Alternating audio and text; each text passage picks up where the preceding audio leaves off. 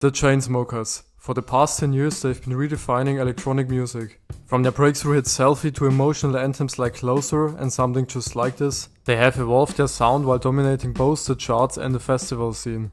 But recently I stumbled across one of their newer tracks that instantly caught my ear. It had this fresh progressive house vibe and a drop that just hit perfectly. And the song I'm talking about is their Sailor song remixed together with Twinsick, and it sounds like this.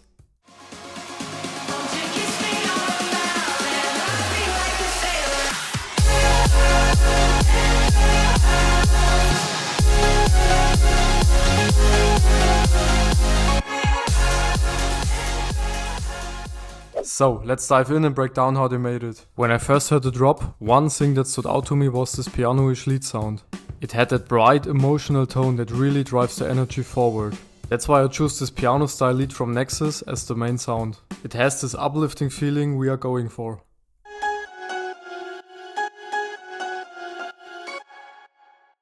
To make the lead feel more open and airy, I added another piano layer. This one has a bit more high-end spark, which helps the lead to cut through the mix and be a bit more energetic.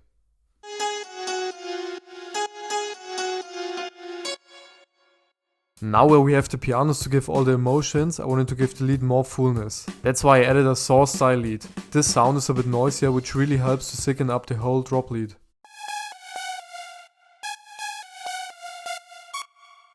And then to fill the lead even more I added two more layers. One airy kind of sound that makes the lead feel more open. And one more monofocus lead that fills up the lower mids and gives the sound more body.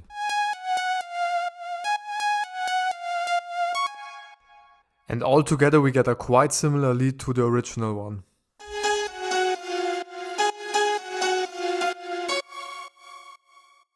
Now, one thing I noticed about the original lead is that it had a really soft attack. There wasn't a sharp punch to it, which gave it a more smooth and flowing feel. To match that, I used the transient processor to actually reduce the attack on my lead.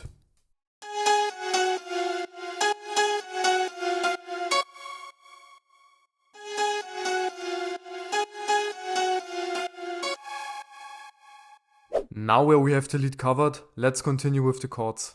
For the chords I kept it simple but effective with two layers. The first is a classic saw chord. This gives the drop that big energetic feel and fills out the high frequencies. The second layer is a more guitar-like sound sitting in the lower mids to add some warmth. About the chords isn't so much more to say. I just reduced some of the mids and took a bit less sidechain. One thing that really ties everything together and gives the drop its weight is the mid bass. Here's something I recommend you to do. Keep the mid bass more mono and centered. In my experience this helps to keep the mix super clean because it doesn't interfere with the width of the leads and the chords. Here's how our mid bass sounds on its own. One thing I adjusted with the mid bass was its high-end presence. At first it had a bit too much high frequency character, which I felt like the original didn't have. Instead of just cutting the highs with an EQ, I went straight to the source and lowered the volume of one oscillator that was adding those extra high frequencies. I always find it better to fix these things at the sound design stage rather than relying on an EQ later, as it makes your life a lot easier. Let's quickly check how they sounded before and after.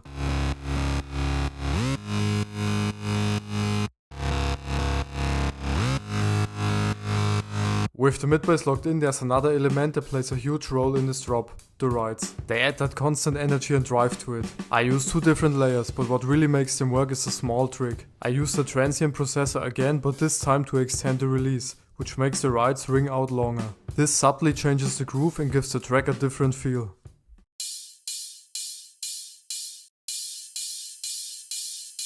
Another subtle but important element in the original track is the arp. If you listen closely you can hear a soft, rhythmic arpeggio playing in the background, adding extra movement and texture to the drop. It's not super upfront in the mix, but that's exactly what makes it work. It sits in the background, filling in the empty spaces and making everything feel more dynamic.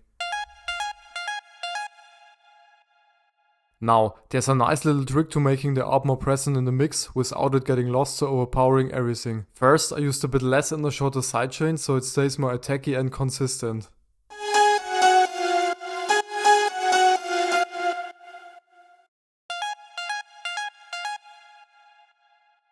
Then I also held back on the reverb.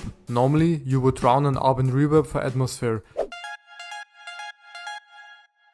but keeping it drier actually helps it cut through better in the mix. This way the ARP stands out just enough to add movement and detail, but since it's still a subtle element, it doesn't clutter the mix. And that's it guys, let's check out the final result now. Thanks for tuning in and we see us in the next one. Ciao!